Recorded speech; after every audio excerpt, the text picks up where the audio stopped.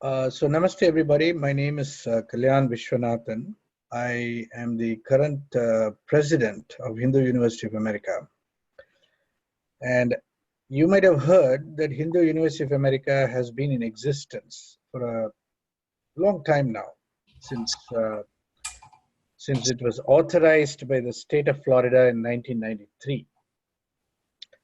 Now we are going through a phase of rejuvenation of this university. After it has gone through a certain up and down sort of a career. And we are launching an entire new curriculum, new programs, and we are basically working on getting this university up and running once again. Okay. So this webinar is going to take you through some introductory slides, and lead you to the doorstep of a course which we are calling Orientation to Hindu Studies. So let me begin with a question. Why do we need Hindu studies? Well,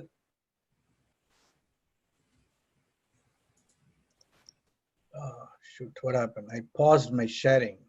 Resume share. Okay, there you go. Why do we need Hindu studies? Well, after all, we have our family traditions, we have our mandirs and rituals, and we also have our gurus and ashrams. And between these three, we as a community are doing just fine. So why Hindu studies? Why particularly an academic study of Hindu Dharma? Okay, so that's the question. And I'd like to get some answers. So if you go to the chat window, you can start typing a few answers.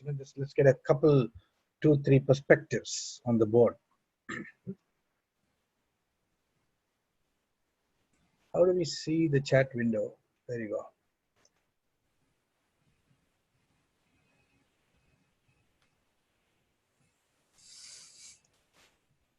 There you go, I'm seeing it now.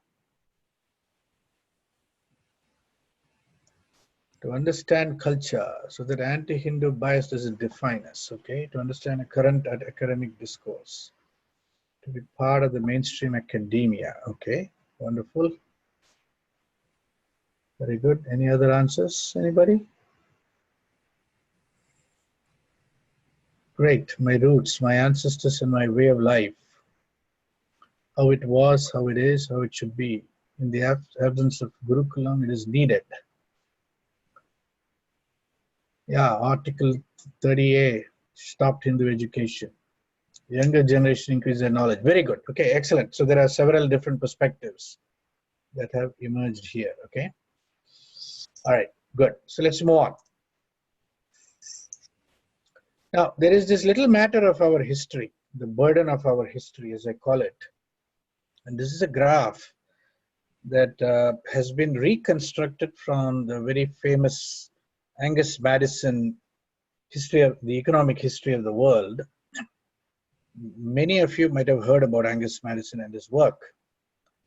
But this chart shows the percentage of the world's GDP that belonged to India, USA, and UK through time.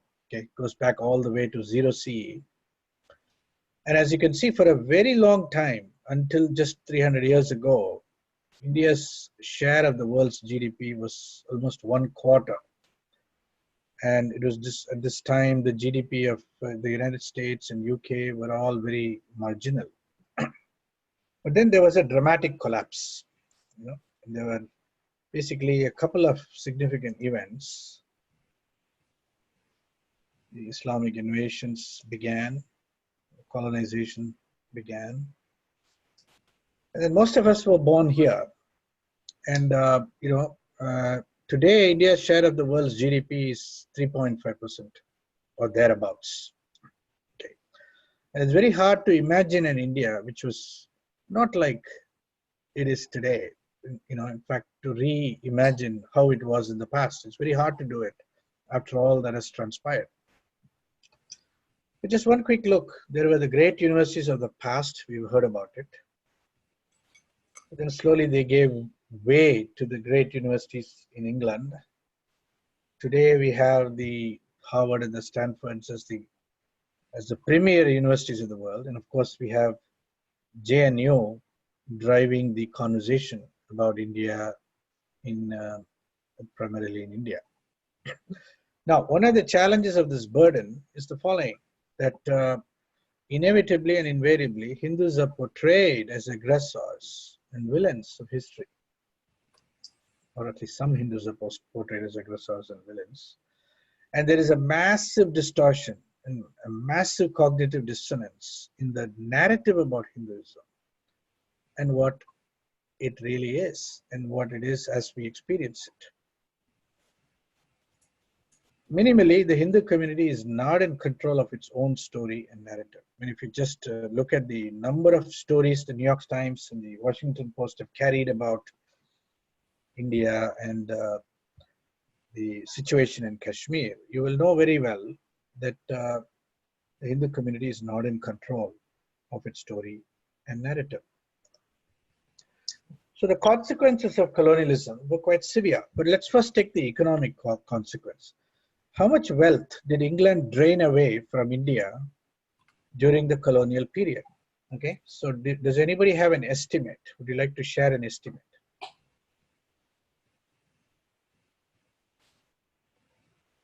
Just type in your estimate, okay?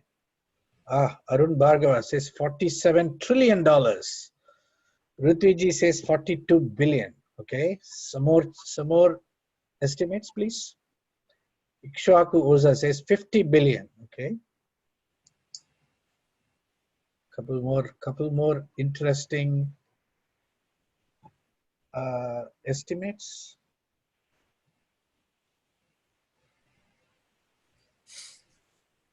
All right. Well, more than 100 trillion, says Kalpesh Bhatt. A couple of trillions when adjusted to inflation. Okay, I'm going to stop. Okay, I'm going to give you one of the most recent estimates. 45 trillion US dollars. An estimate by acknowledged at least by a British scholar, Dr. Jason Hicker from the University of London. She published in an article on Al Jazeera. So I put the link below. If you want to take a quick snapshot of it, you can look at it later. Now, that's a large number. Okay, and you know, one of the questions that almost never gets asked academically is, what is the consequence of draining a country, a subcontinent on this scale? You know, what does it do to the society in that country? That's almost a politically incorrect question to ask today. Now, but let's look at a couple of quotations. James Mill, who lived between 1773 and 1836, never visited India. Nevertheless, theorized about the Hindus for his European audience, providing them with new knowledge about a new land. Let's look at what he says. He wrote a book called The History of British India, which was standard fare that should have been studied by every British colonial officer. So just take a look at this quotation. Okay, I'm not going to read it.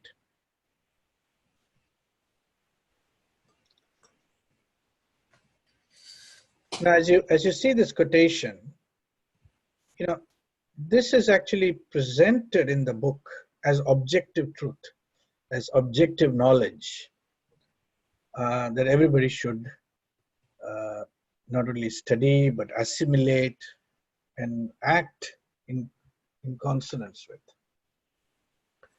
He wrote this in 1817, okay, and it became one of the standard paradigms, almost a way of seeing the people of India.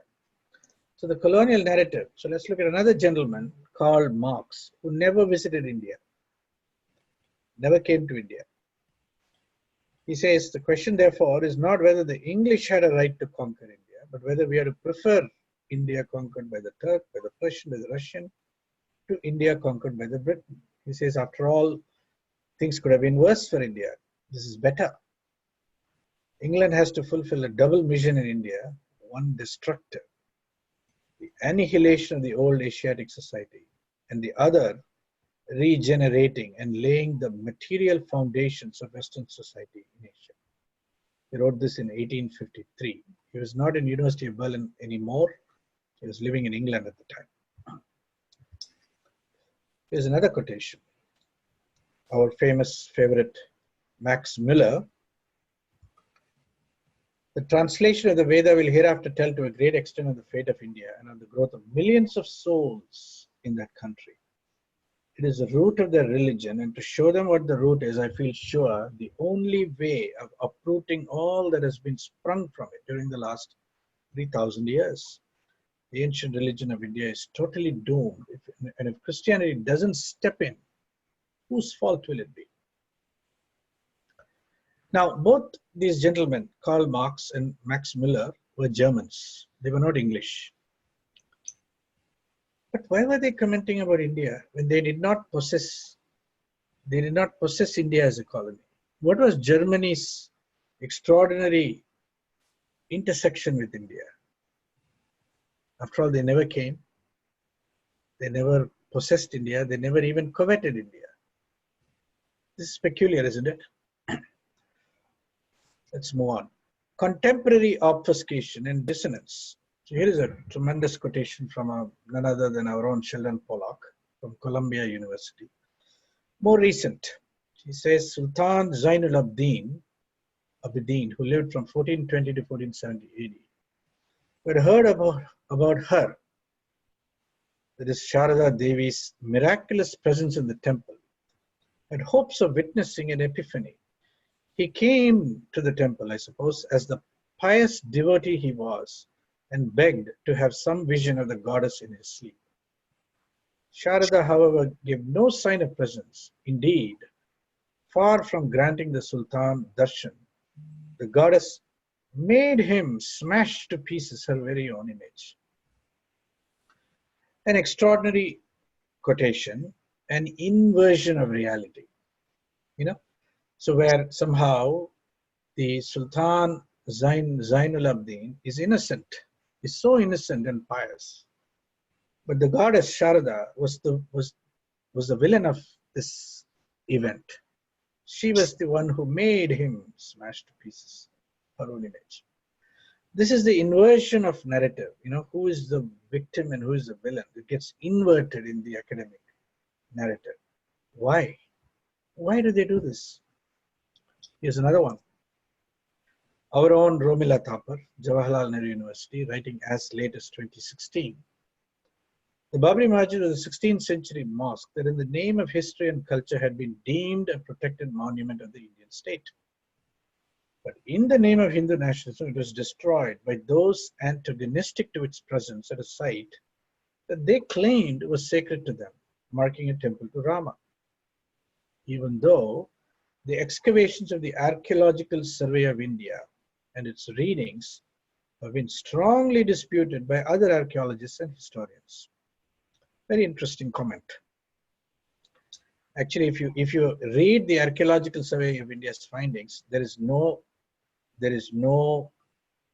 misinterpreting the evidence. The evidence is complete, total, and there is no question about whether there was a mandir there or not. But what she's doing is she's creating dissonance. She's obfuscating. She's creating a confusion. And both of these professors, using the extraordinary prestige of their respective universities, Columbia and Jawaharlal University, this is an example of what they do. Create so much dissonance and confusion that our own people, Hindus, are somewhat bemused, somewhat confused by what is happening here. Isn't it? Now, a quick question. What is the right approach to the study of Hinduism? So if we were to take it, how should we go about it? Well, you know what? There is one little challenge we have to deal with. There are so many disciplines today, disciplines of Western creation. Okay. Just a smattering of disciplines. Which is the right discipline to approach the study of Hinduism? What do you think? Do we have a survey here? Yes. Yeah. So we have a survey for you to answer. Just quickly pick the right choice. You can choose multiple if you wish. It's a poll, okay? Can you see the poll?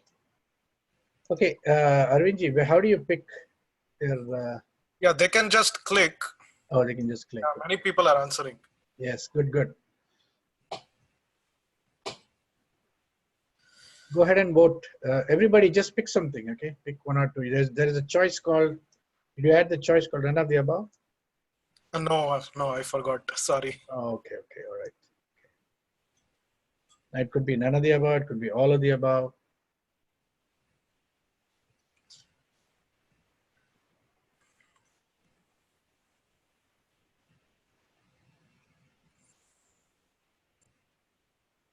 I'll stop it at 1 minute. Okay. Okay. All right, good. Okay, good. Done. 50% Okay. people voted. So the strong contenders are philosophy, history, and religion. Right? Yes. Okay, good. All right, very good. Excellent. Thank you for participating in the poll. Okay. You can take the poll off. You Right. cannot close the poll window in case it's not closed automatically. Yeah, you can close the poll window. Okay, let's move on. Now, there is a slow awakening in the academia. And here we have picturized Dr. Bala Gangadhara, professor of philosophy and the head of until recently, the head of the founder and the head of the Department of the Comparative Science of Cultures in Ghent University in Belgium. Okay, here's what he has to say. I'll read it. Virtually in every field of the human sciences, i.e. the humanities, consisting of encompassing such diverse disciplines such as philosophy, theology, sociology, history, psychology, anthropology, religious studies, economics, and many others, there is a prevailing understanding of how to study India and Hindu culture, what questions to ask about it, what answers to give to those questions, what to say and what not to say about it, and so on. This received knowledge reproduces descriptions of India that transform it into an inferior and backward culture in comparison to the Western culture, both through presupposition and conclusion. Okay, in other words, he is abstracting from across a vast body of writings by the West about Hinduism and India, the general characteristic of the received knowledge that has come down to us in the last 200, 250, 300 years or so. Okay, it's a great quotation. Now, why should you engage with Hindu studies? After all, we started with the question, you have your family traditions, we have our temples and rituals, we have ashrams and gurus, but why academic study? Why do we need it? Okay, and here's a chart that tries to depict the place of academic study in relation to other forms of transmission. Okay, so if you just want basic knowledge, I mean, your best bet is to stick with your family traditions, go to some temples, do some rituals, but maybe find a good guru. You can go to Sri Ravi Shankar, you can go to Swami Dayananda Saraswati, you can go to Chinmaya Mission, you can go to Jaggi Vasudev. There are many, go to Ammachi, Sathya Sai Baba, and so on.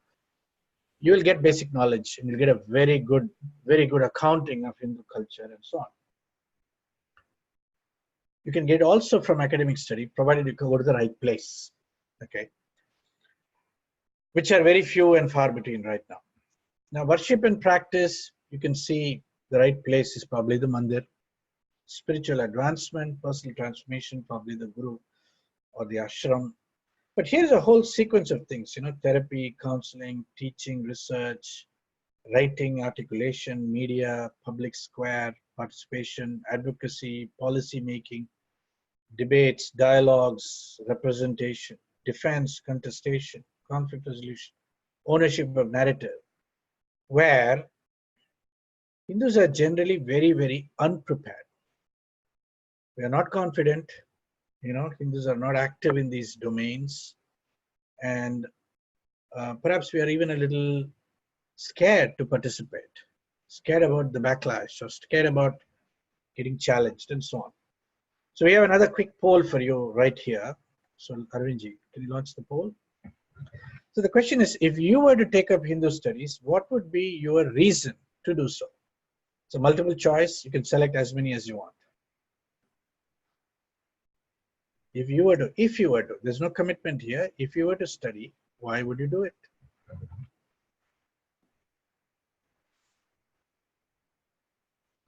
Let's go quick.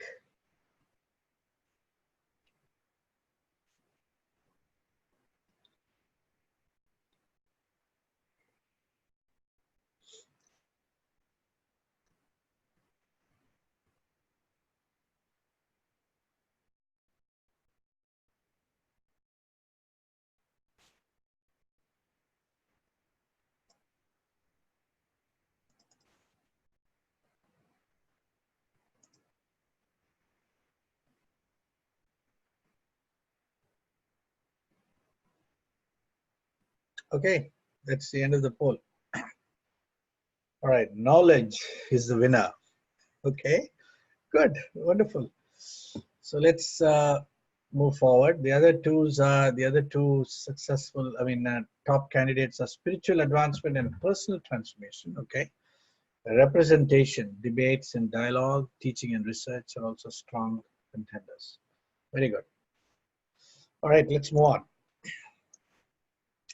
What is the purpose of our study? In fact, from the perspective of the university, what do we hope to accomplish? Okay, so our commitment from the perspective of the university is that we want to focus on three things: knowledge, rigor and depth, not cursory knowledge, not partial understanding, but enable you to acquire a certain level of rigor and depth, enable you to explore and inquire and engage in a very vast uh, area of knowledge, of study, of inquiry, of texts, of traditions, and so on. We want you to develop entirely new skills in the realm of articulation, engagement, develop real expertise, and build your credibility as a good spokesperson, an ambassador, an emissary, and so on. And finally, transformation, not only personal transformation in terms of your lifestyle, your priorities, and so on, but also social transformation and social impact on a global scale. So these are the arenas of focus for us, and we want each of our students to build clarity, develop expertise, create confidence for themselves, and to make a contribution, a lasting contribution to the world. Here is a recommendation from Swami Vivekananda on an approach to the study of Hindu Dharma. What does Hinduism mean? Well, Hinduism means expansion, and expansion means realization. Man is to become divine, realizing the divine more and more from day to day in an endless progress, in building up character, in making for everything that is good and great, in bringing peace to others and peace to one's own self. Religion is the highest motive and therefore ought to be studied from that standpoint. So here I've underlined two words: Hinduism and religion. Very interesting words. Swami Vivekananda uses both these words in this quotation. Now, the word is not the thing that it represents. It's a very important concept. For example, what is this thing? Well, some call it water, some call it pani, some call it aqua, jal, apaha, neer, and nira. Greek is actually nira, very close to Tamil, surprisingly. But the point is, it makes no sense for us to say, I love water, but I hate aqua or pani, because they're all representing the same thing, right? The menu, for example, is not the meal. The word is not the thing. The description is not the described. In the realm of teaching and learning, unfortunately, we have to deal with words. And words represent something. But often, we don't understand what is described through the description in quite the same way. For example, what is the thing that these words represent?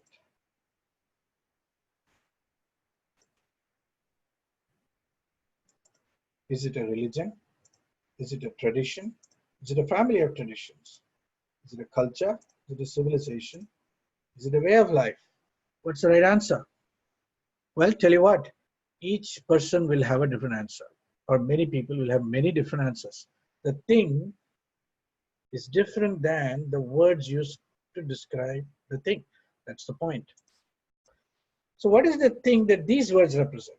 For example,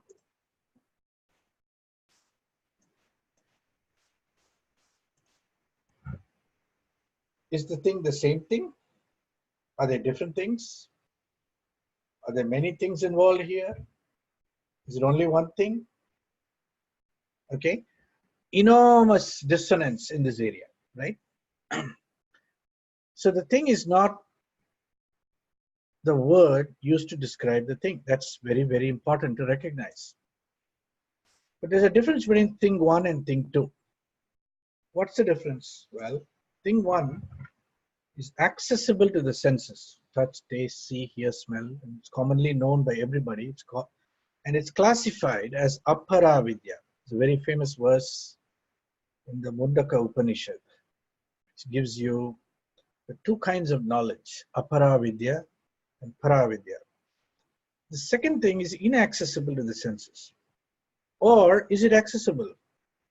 Is it known? Or is it unknown? Or is it partially known? This is called paravidya. Not entirely accessible to the senses, at least. Right? Here is a quotation from a person, a very famous person, on the same thing. Even though he never used Hindu words or Sanskrit words, he avoided them very rigorously.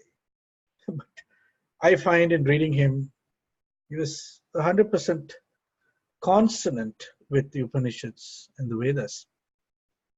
Brahma Vidya and Atma Vidya. To understand life is to understand ourselves. And that is both the beginning and the end of education. It's a classic Krishnamurti quotation.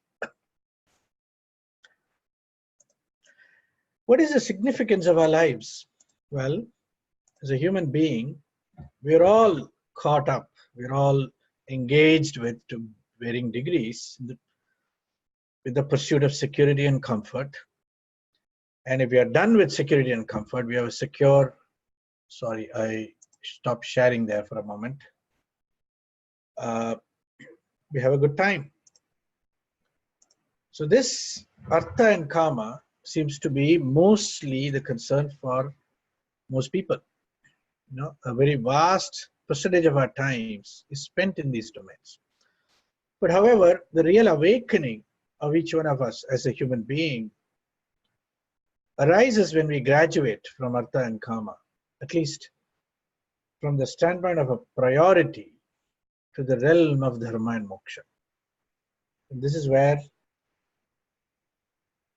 you know, an awakened intelligence is called into play. And I'd like to use a few words to describe this. You know, it's the beginnings of spiritual intuition, the beginnings of self-knowledge, an integral understanding of the personal self, the world, and that which we call our creator, Brahman. And a certain awareness and sensitivity to the great cosmic mystery of our lives.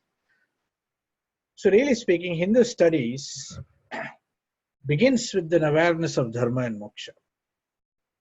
As far as we are concerned with artha and kama, predominantly, all that Hinduism has to say to us is, hey, continue pursuing your artha and kama. Just don't hurt anybody else along the way. Okay, but they are also entitled to the same pursuits as you are. What does the study of Hindu Dharma entail? Well, it entails inquiry, research, investigation, exploration, dialogue, reading what others have written, reflection, thought, observation, ultimately meditation. And it requires a relative freedom from already knowing. Okay, most of us already know a lot of things. Willingness to learn and see newly. Reconsider, re-evaluate in the light of new facts, new understanding, etc. And the barriers for rigorous study is that we all know some parts of the phenomenon, but we think we know it all, know all of it, understand it fully. Not only is there partial understanding, but there is a certainty around that partial understanding. But wait, it gets worse. Contemporary society, in our current day, there is a good cartoon. The mom is saying, your report card says you flunked every class. Why did you tell me you got straight A's? Well, the kid says I was providing alternate facts. We live in an era of alternative facts, alternative realities. More is just simply made up than we can even imagine. We begin to make things up. These constitute barriers to study. A little bit about Hindu University of America. Our vision is to promote dialogue across disciplines, cultures, and civilizations while enabling self-discovery, conscious evolution, and harmony. The Hindu University of America will set the standard for the study of Hindu Dharma.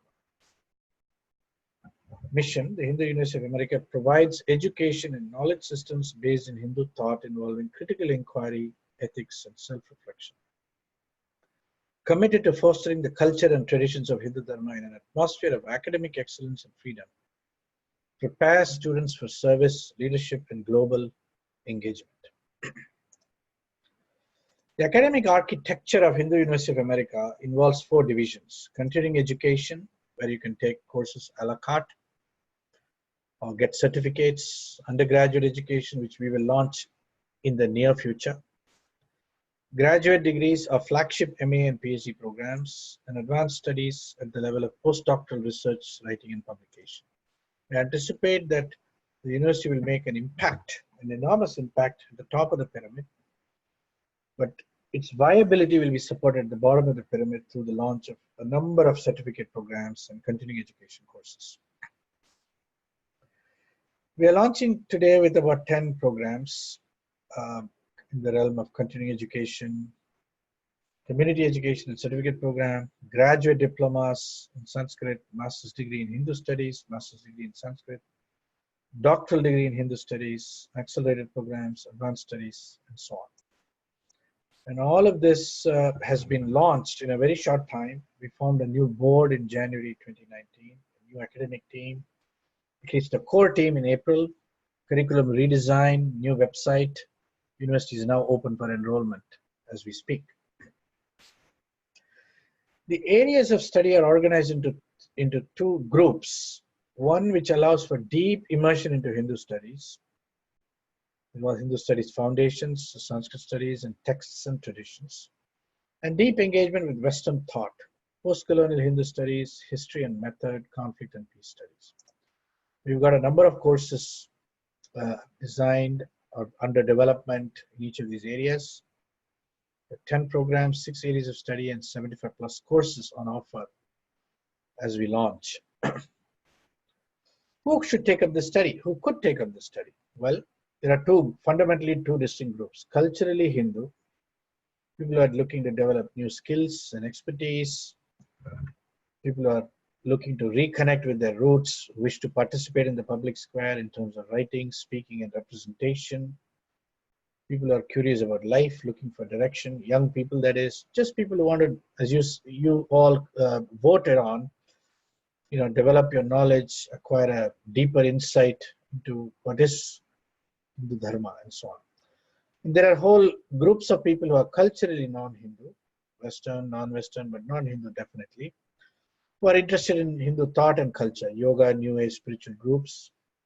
People are engaged in public service as teachers, doctors, counselors, therapists, and chaplains, and academics and scholars who wish to acquire an authentic perspective of Hindu thought. That is the perspective of Hindu thinkers, Hindu philosophers, theologians, Hindu saints, sants, swamis, gurus, acharyas, and so on and so forth. The orientation to Hindu studies is a course we are launching as an introductory orientation course. It's a 1-credit course. It involves 10 hours of classes and 20 hours of self-study, approximately 30 hours of work. It will provide an overview of all the programs, areas of study, and sample courses. We'll go through some of them systematically. We'll do some readings from some selected texts and papers, and maybe watch some videos together. We'll get grounded in a set of select Sanskrit words and phrases.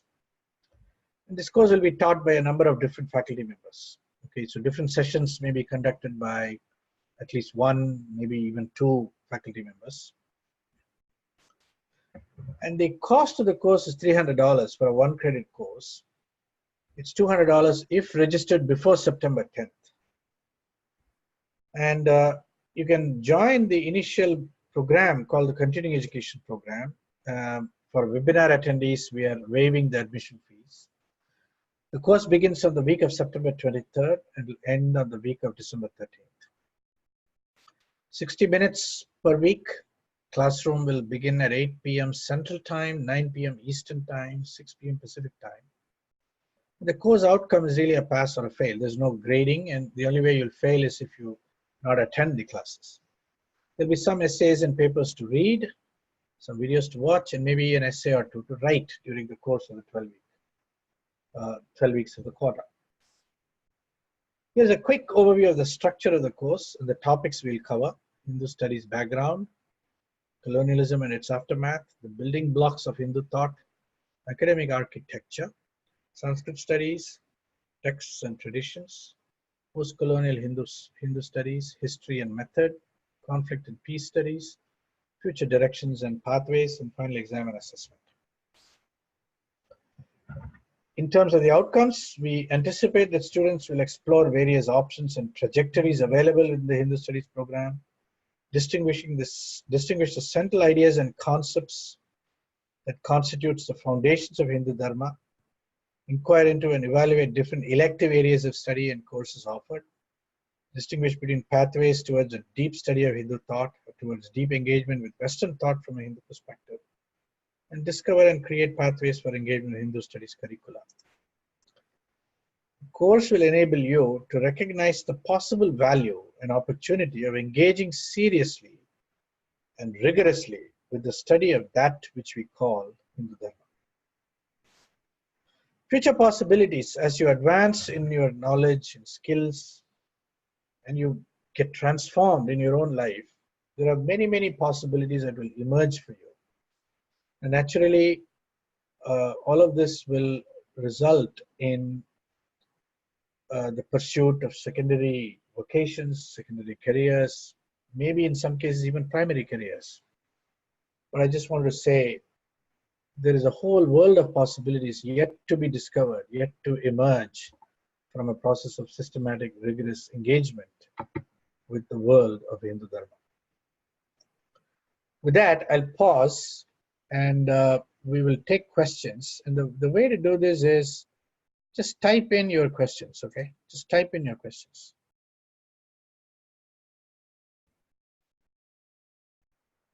Okay, so questions. Wow, there's a lot of commentary here.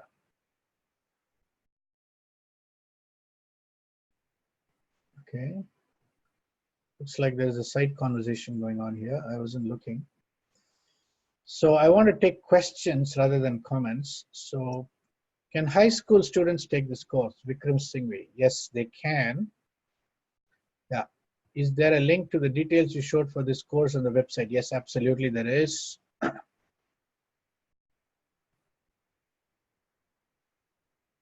Any other questions?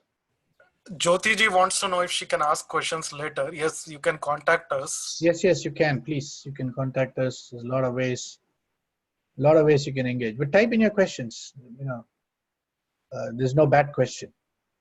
4 new messages. Okay, let me see what's going on here. Is this fully online? Yes, it is fully online. Is it accredited by any school? No, it's not. This is not accredited yet. And I just want to mention that we do have a plan to get it accredited in 3 phases. We'll get accredited by the International Accreditation Council for Dharma Schools and Colleges. Then we'll get it accredited with the Distance Education Accreditation Commission, and then with the Southern Association of Colleges and Schools. Okay. Can we get a K through 12 for Hindu students in the future? Well, that is a future project. Yes, definitely. Can you post that link here? Which link? The link of the course? Maybe Arvindji can post the link. Yeah, I'll post it. Yeah, is Sanskrit knowledge essential? No, Sanskrit knowledge is not essential for any of the programs unless you are getting into Sanskrit studies itself as an area of specialization. In which case you'll go very, very deep into Sanskrit. Okay, what else? Hindu priest, is this available now? Hindu priest. You're saying, Ikshwakuji, you're saying, is there a course to train someone as a Hindu priest? I'm assuming that's your question. The answer is not yet. Not yet, okay, but we want to develop it certainly and open to ideas on how to do this. What lower age limit do you recommend for children? Well, see, this is really not meant for children. I would say maybe 10th grade, 11th grade, 12th grade, that's it. Anything below that would be, the material would be too advanced for them. This is not a kids course. Which course is best suited for people from IT background? Yeah, well, orientation to Hindu studies is a very wonderful place to start. Okay, let me see. Can we set up branch in a temple or spiritual institute? Absolutely, you can set up. That's a great idea. I'd be very interested in pursuing that option. In fact, we want branches in almost all temples. Okay, let me see. Is there a limitation of age? I think I've answered it. Okay. Start from Trikala Sandhya. Okay, that's a suggestion. All right, any more questions?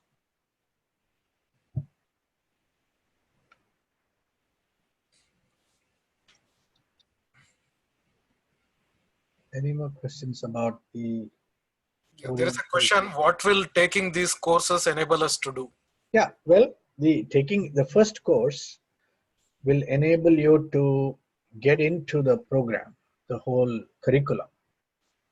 And I don't know if you saw the slide, Jyoti ji, where I showed you all the different arenas of engagement. Let me show that slide again.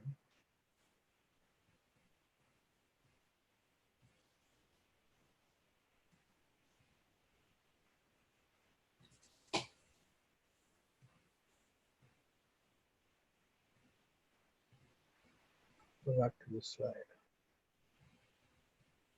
Yeah, this slide. So in this slide, as you can see, there is a whole range of things. Okay, teaching, research, therapy, counseling, writing, articulation, media, public square, advocacy, policy, debates, dialogues, representation, defense, contestation, ownership of narrative, which really, none of these other areas really prepare us for them.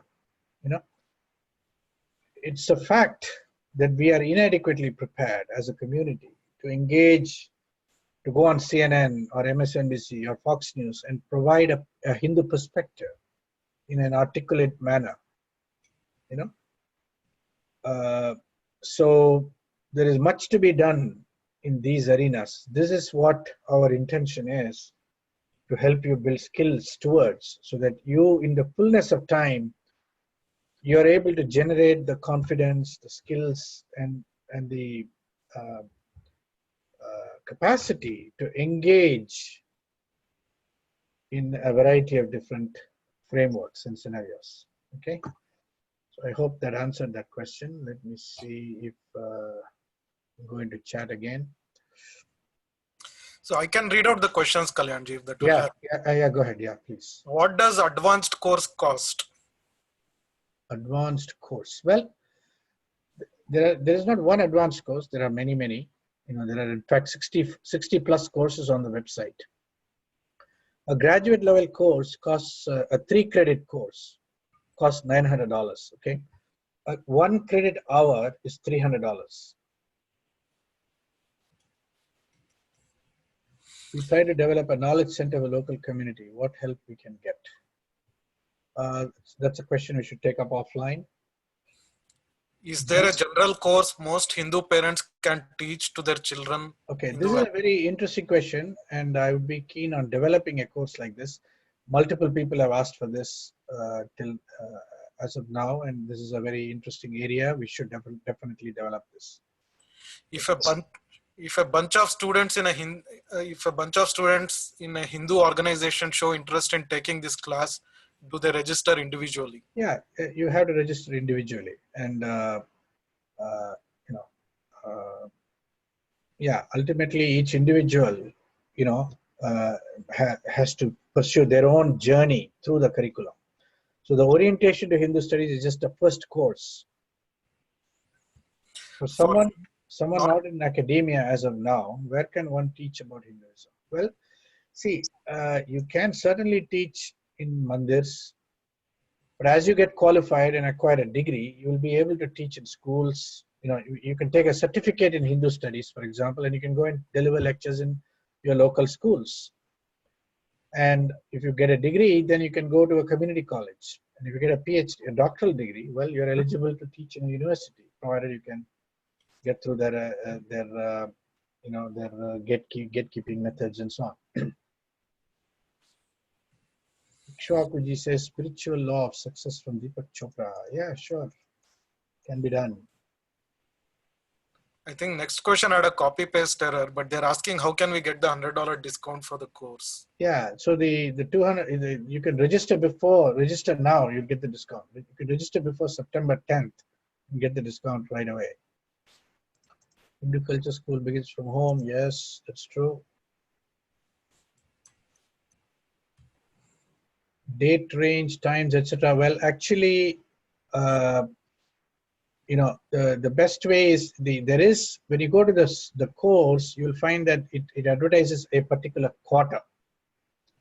Okay, and we will send you more information once you register, or you send us a question, etc. We'll get you in communication. Is there a way to align the university with mainstream universities in the US that have religion studies? Yeah, there is a way to do this. It's a little bit of a long-term goal, and we do intend to do it very much because I think there will be demand from many quarters on a more authentic representation of Hindu Dharma in the universities. It looks like the course is only 1 hour per week. Yes, it is. It's just a 1 credit hour course.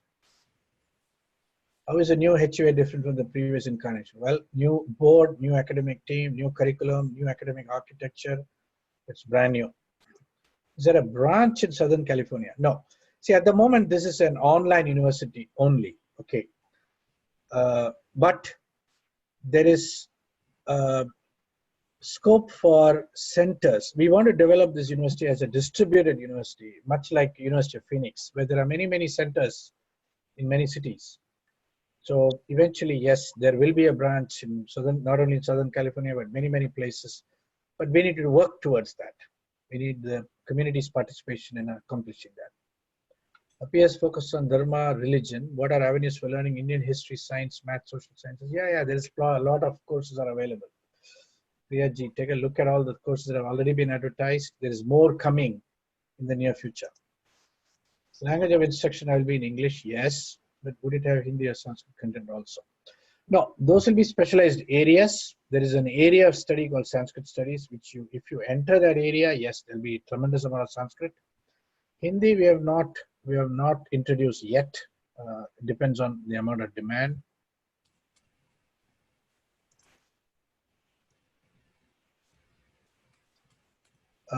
Shouldn't Hindu studies be brought outside of religious and spiritual sphere? Yeah, so the answer is, you cannot nail down Hindu Dharma into a disciplinary box, right? You cannot. There is history, there is sociology, there is philosophy, there is anthropology, there is religious studies, everything. There are dimensions of Hindu studies that pertain to all of these. Would this course give a child credits for college admission?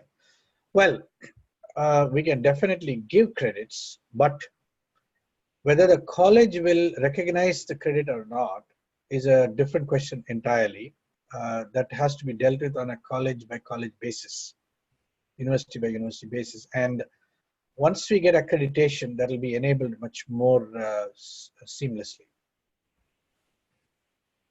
Since I'm going to India in November, will there be limitation in webcast if I'm online? Well, you just need a fast internet connection. It doesn't matter where you are in the world. Video clips from Dr. Chinmay, Pranab Pandya. Yes, we'll certainly be open to that, but we can talk about it. Undergrad students who are registered in other universities register here for one-off courses. Well, they can, but Priyaji, just quickly, whether the credit will get transferred seamlessly and they will get recognition for those credits. This is what is called credit transfer, right? For that, the other universities will have to deal with the question of, are they ready to do this? And they'll probably start by asking, are you accredited or not? So there'll be a limitation for the time being. Yeah, it's the same answer. The credits are recognized. Are they recognized by other universities? Not yet. It's a case-by-case matter. And once we get accreditation, that will facilitate it much more seamlessly. Language of teaching is English primarily. Sanskrit is very critical for the area called Sanskrit studies. Hindi we are not contemplating at the moment. We may in the future. All right, how are we doing on time? We got 4 minutes. I want to do perhaps a quick survey. I do appreciate all of you for participating and listening. So can we get the survey launched, Arvindji, the final survey? Yes. Yeah. So our question is to you is, are you ready to join the orientation to Hindu studies course? Okay, it's $200. Now you can say you're ready, you need more information, or no, you're not ready. Okay, so pick an answer kindly, and we'll be in touch with you.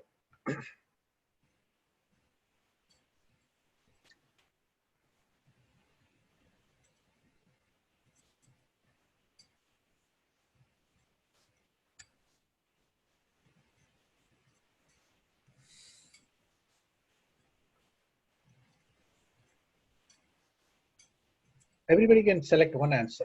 No is a perfectly good answer. We're very grateful that the people saying no, we are absolutely grateful that you attended today, and we'll be in touch. If you need more information, you want to ask a few more questions, please do let us know what questions you have. We will gladly communicate with you.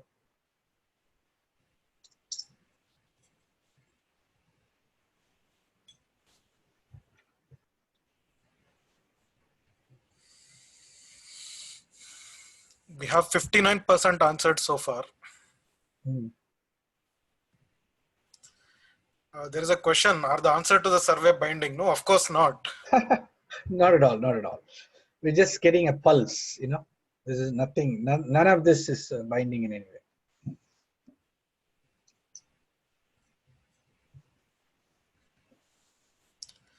There's a question, can you access recorded sessions?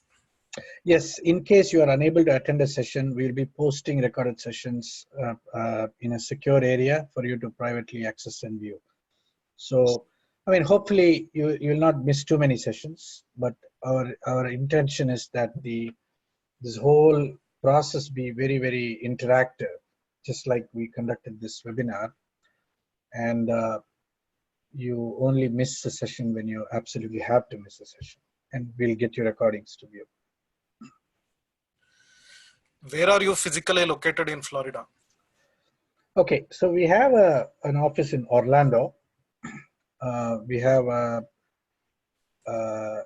we used to have a campus, but we're in the process of recreating a campus at the moment. We will be in Florida, most likely between Tampa and Orlando, or near thereabouts.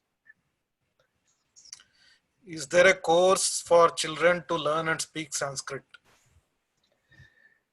There is a preparatory Sanskrit curriculum drawn from Samskrita Bharati. Hindu University of America has entered into a memorandum of understanding with Samskrita Bharati to onboard its curriculum, which is called Preparatory Sanskrit. And that will be available for younger people also. But how young is a question we have to carefully determine. Are sessions taught live or are they pre-recorded? No.